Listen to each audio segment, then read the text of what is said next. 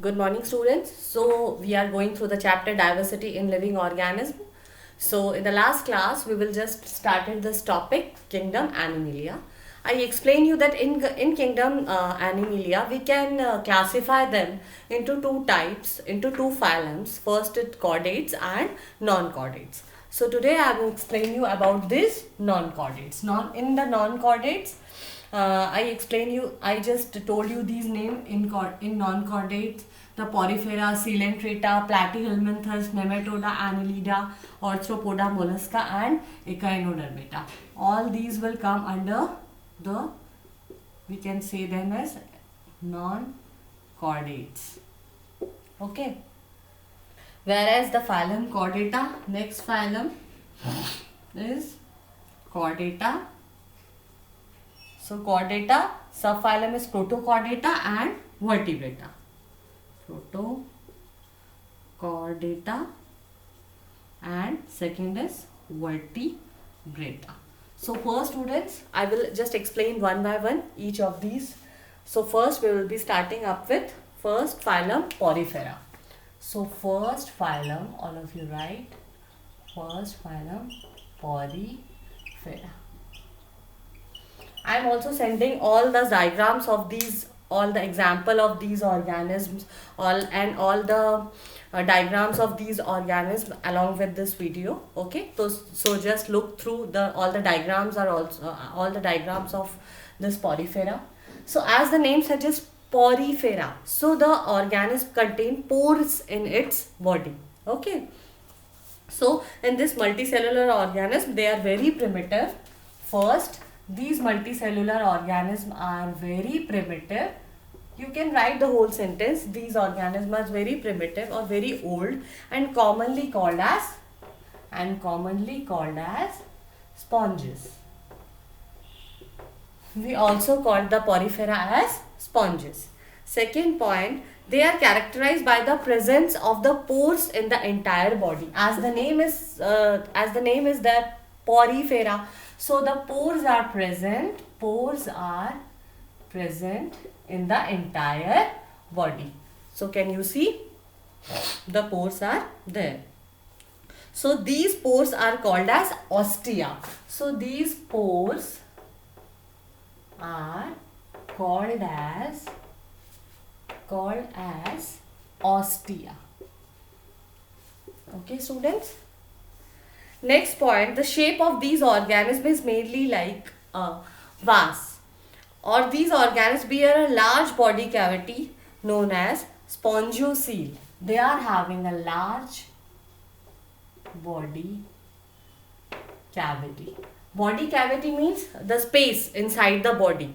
No, cavity means the space inside the body. So these type of organisms is having a large body cavity, that is called as spongiocele. That is called as spongiocele. Okay. So next, the presence of canal system is there. The presence of canal system you can see in the organism of Porifera. Okay, it helps in circulating water throughout the body. It brings the food and oxygen to the body. This canal system is responsible for the transportation of, you can say, the water, or you can say this is responsible for the circulation of water, and it brings the food and oxygen to the organism body. Okay. Next is the body bears a skeleton of calcareous and you can say the siliceous spicules or fine spongogen fibers. So next point, write, body bears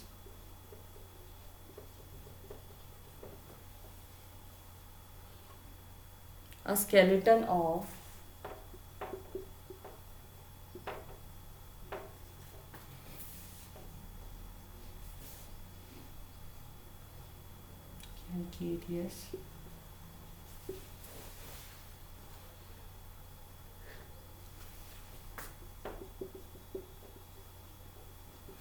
calcareous siliceous spicules in its body. Okay.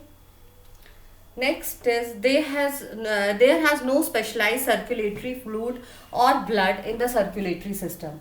So they don't have any blood. Okay, so the body does not contains any blood. So all sponges are bisexual. All sponges are bisexual. Or you can say the hermaphrodite. The hermaphrodite are also called as bisexual. You can write this down. Bisexual means they are hermaphrodite. Okay. Bisexual means the reproduction is both sexual as well as asexual. Examples you can write now: the cycon and euspongia. All the examples of the diagrams of these example you can, I'm just sending you in the document section. You just watch all the diagram of all organism. So the examples are cycon, euspongia, etc. Okay students, so first we read about the phylum Porifera. These are very primitive, or you can say they are the very old, and these are also called as sponges. These are also called as sponges, and obviously as the name is Porifera, so the pores are present in the entire body, and these pores are called as ostia. There is a large body cavity that is called as spongiocele. Large body cavity means a large body, the large space is present in the inside the body. Next is the presence of canal system is present. So canal system, as I told you, it helps in the circulating water, as well as it also brings food and oxygen to the body. So it helps in circulation of water, food and oxygen. This canal system. Okay. Next, body bear a skeleton of calcareous and siliceous spicules are present.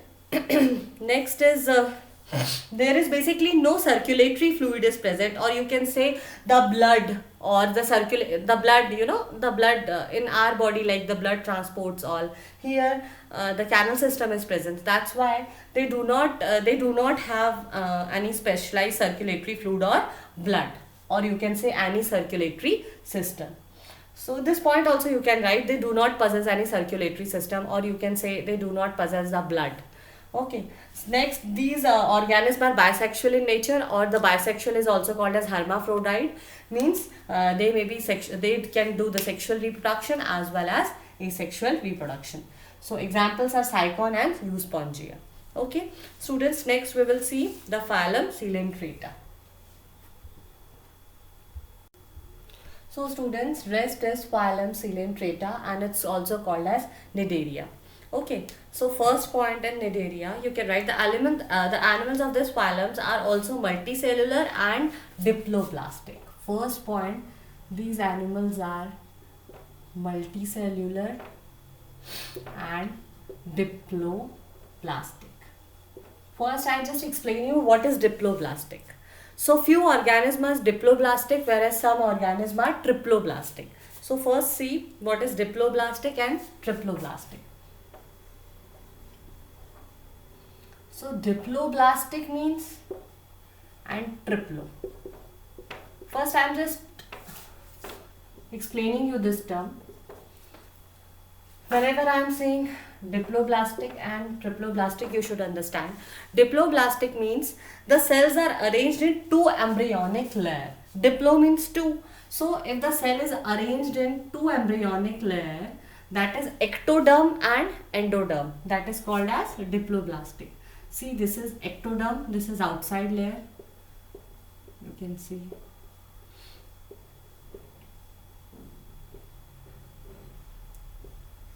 You can make this layer.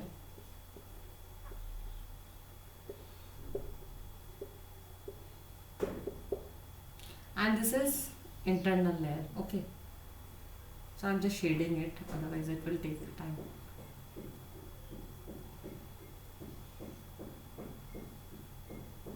You can make this or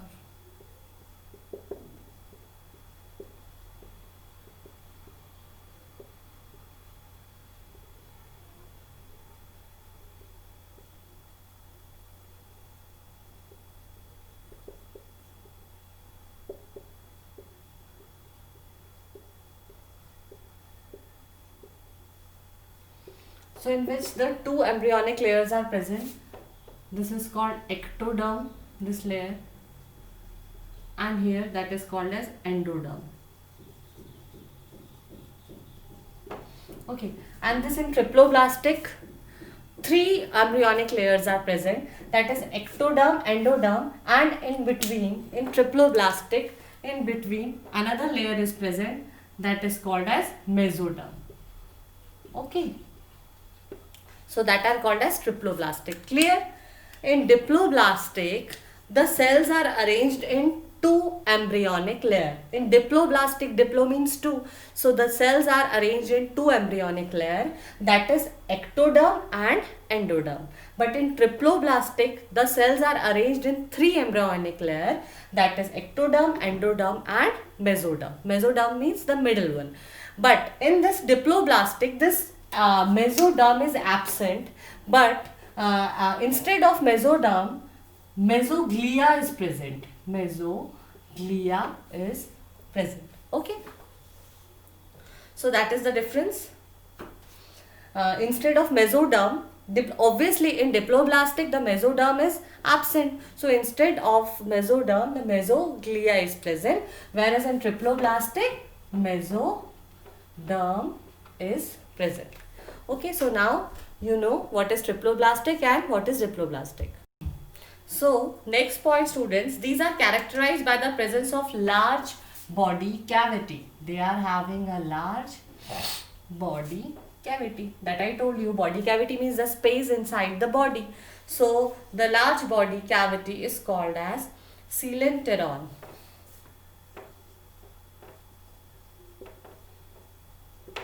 Okay. And the presence of nematocyst and the presence of nematocyst or nidoblast cell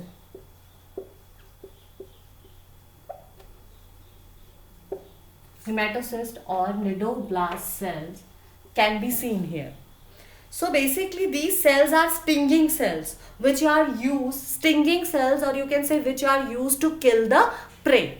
Okay. So the large body cavity is present and the coelenteron and the presence of nematocyst and nidoblast cells are also called as stinging cell which used to kill the prey. Next point, these organisms show various forms, or you can say the polymorphism. These organisms show polymorphism, or you can say they show the various forms. So the polymorphic forms like polyp, cup shaped, you can see the examples. Two polymorphic forms or two forms of an organism is polyp, cup shaped, and polyp is a cup shaped, and second is medusa. Medusa is umbrella shaped.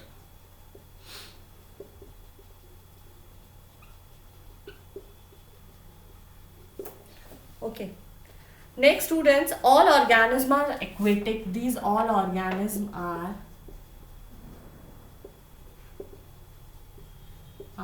aquatic. These all are aquatic. They show the radial or biradial symmetry. They show radial symmetry.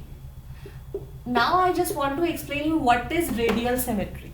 Like if we are dividing and if we are cutting the organism, so if we are cutting an organism, the body can be divided into similar half by any plane if the passing through the central axis. So the body can be divided into equal half. You can see this is the radial symmetry. If we are passing the line or cutting with the central axis, it will divide it into two equal halves. From any point if we are cutting that organism, it can be divided into two equal halves. That is called as radial symmetry. And next is bilateral symmetry. The body can be divided along the longitudinal plane into two mirrored portions, right and left half. If the body is can give only right half and left half. Only the body can be divided into right and left halves. Then that is called as bilaterally symmetry. Means right side of the body is equal as that of the left side of the body. Okay.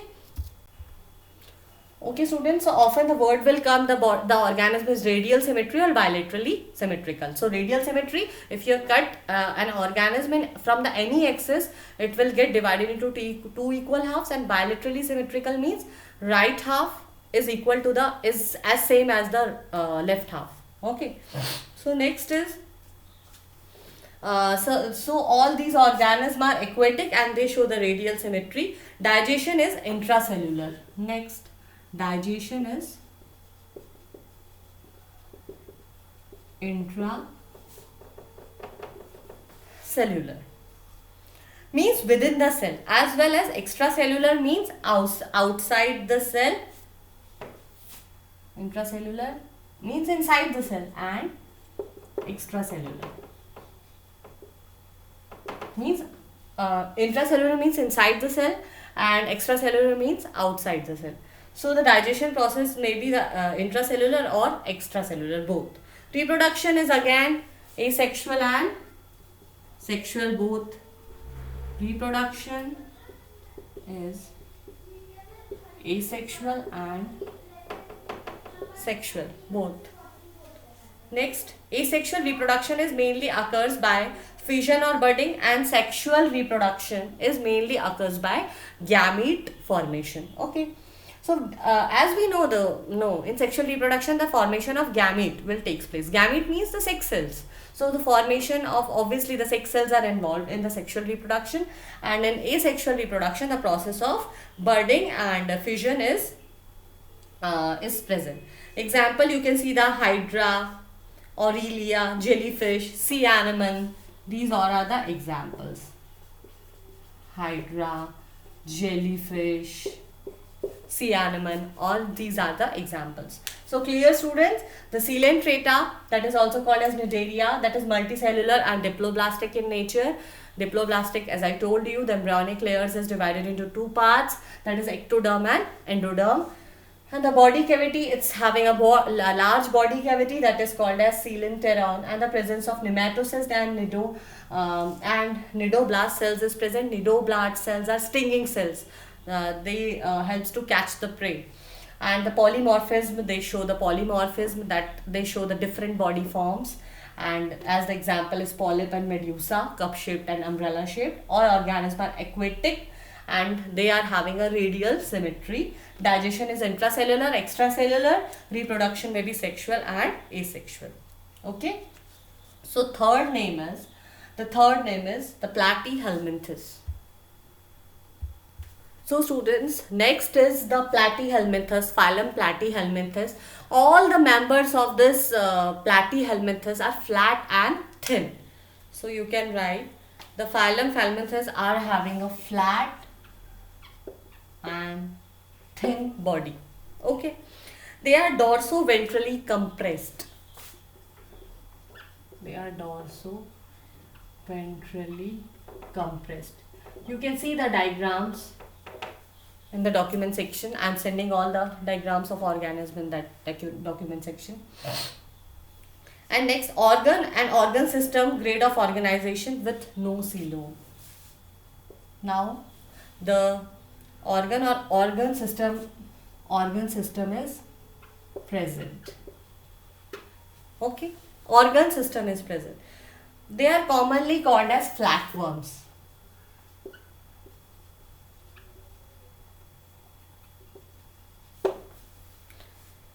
Next, they are bilaterally symmetrical, that I told you.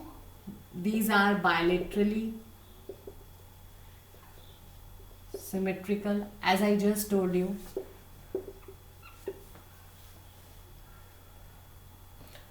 What is bilaterally symmetrical? Animals can be divided into two equal halves from a single median line. The left half is similar to that of right half. These animals are triploblastic in nature. Now you know what is triploblastic. So these organisms are triploblastic. So they are having the 3 germs layer: ectoderm, endoderm and mesoderm. Or you can say these are the first triploblastic animals, okay, in the animal kingdom. They are mainly parasite, but some of them are also free living. They are mainly parasite, but some of them are also free living. Okay. Next is the parasite members usually some sense organs attached like the hooks and suckers. With the help of these organs, they can remain attached to the body of the host. Definitely the parasitic organs used to take all the nutrition from the host body. So how they can obtain these nutrition from the host body? So they use their hooks, and they just with the help of the hook they used to stuck up with the other host's body and take all the nutrition. Okay. So next, coelom or body cavity is absent. Coelom is also called as body cavity, or body cavity is absent. Okay.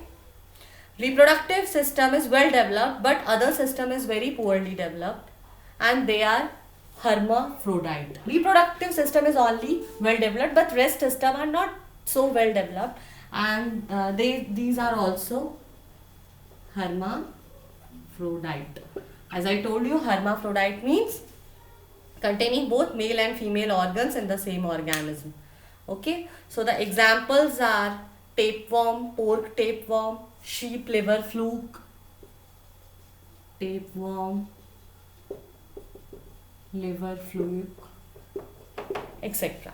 So students, today I explained you about the animal kingdom, and I explained you about non-chordata. So in non-chordata, I explained you about the Porifera, Coelenterata and Platyhelminthes.